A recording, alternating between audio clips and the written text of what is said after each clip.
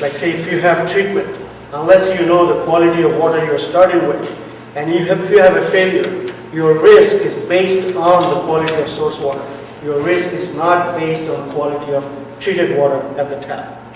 So those risk assessments at the source water is not considered as an important criteria. Not only in British Columbia, nowhere in Canada actually, source water is not given any importance.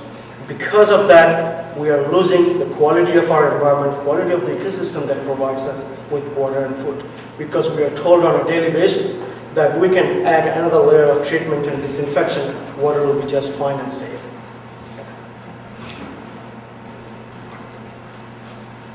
So this is a very, very complex slide.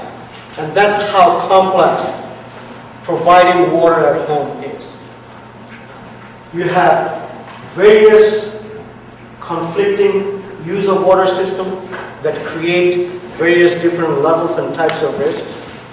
And to provide water at home, you have to create multiple barriers, starting from the land use restriction, quality of source water, and then on to treatment and disinfection. So that is called a multi-barrier approach to provide safety or clean and healthy water. Okay. In British Columbia, we still do not have a proper regulation or legislation that protects the environment where we draw our water from. I've been arguing with the government for the last 10 years that any water body that provides drinking water should be designated as a community watershed. The moment it is defined as a community watershed, it should fall under very different rules and regulations for development permit, water withdrawal permit, land use plan. It should have very different zoning than any other ecosystem that are less critical for our daily living, like for example water. Phosphorus, as I was saying, one of the nutrients that is the most important nutrient. It is the nutrient that provides us crops. To make gardens grow green, we add phosphorus and nitrogen and acid. But in fresh water, phosphorus is the most limiting nutrients regulating algal growth, taste and odor, algal toxins. There is a relationship from lake country in Quebec, cottage country. In Ontario and Quebec, cottage countries are suffering seriously from this relationship because most of the cottage country, they are on septic fields. In the septic fields, all the nutrients come out through to the lake. Your pathogens and other stuff do not, but the nutrients and chemicals, they all leach out through the septic system. As a result, many of the cottage country lakes in Ontario and Quebec, they are having serious problem with blue-green algae.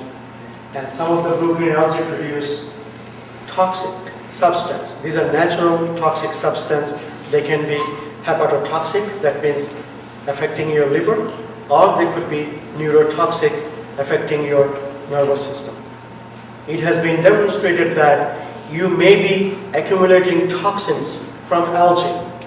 You're not showing symptoms. As you get older, as your strength decreases, that's when your brain starts releasing those toxins and can affect your nervous system.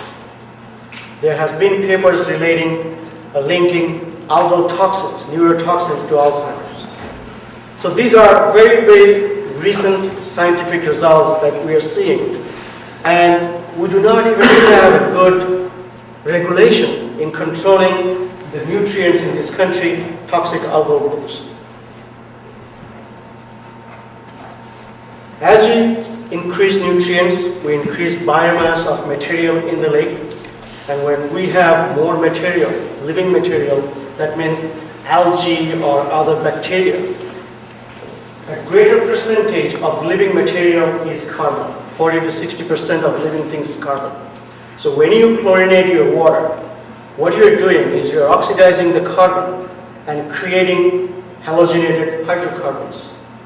So chlorinated hydrocarbon is a result of direct reaction between chlorine and carbon in living material.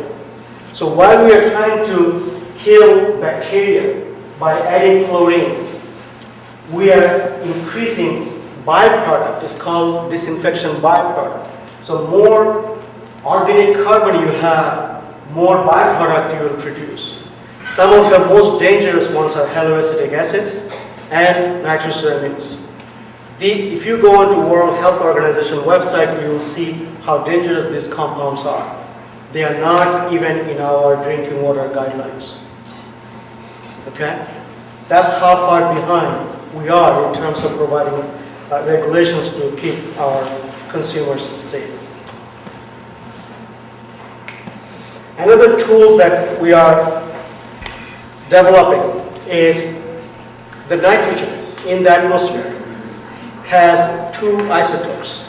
It's naturally available isotopes. One is at N15, another one is N14. So in the nature, 14 and 15 are at equilibrium, so there is no fractionation of 14 versus 15.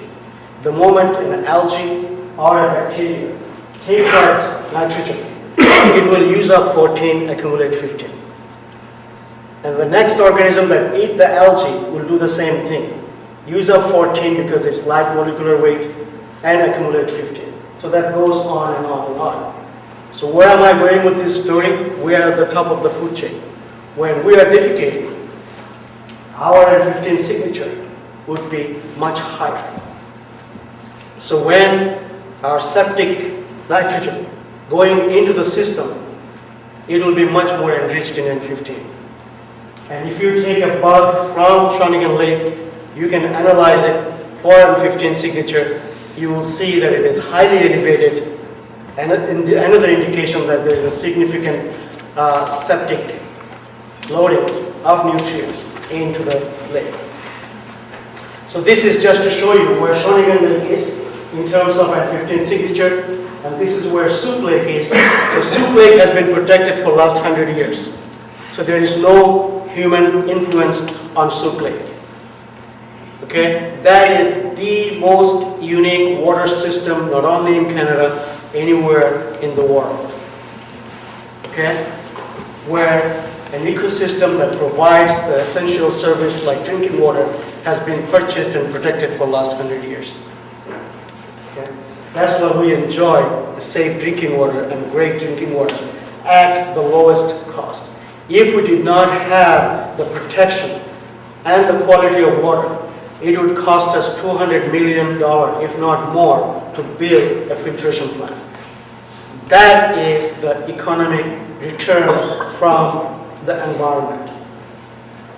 If we destroyed Souk, we would be paying $250 million to build a filtration plant, and taxpayers would be paying.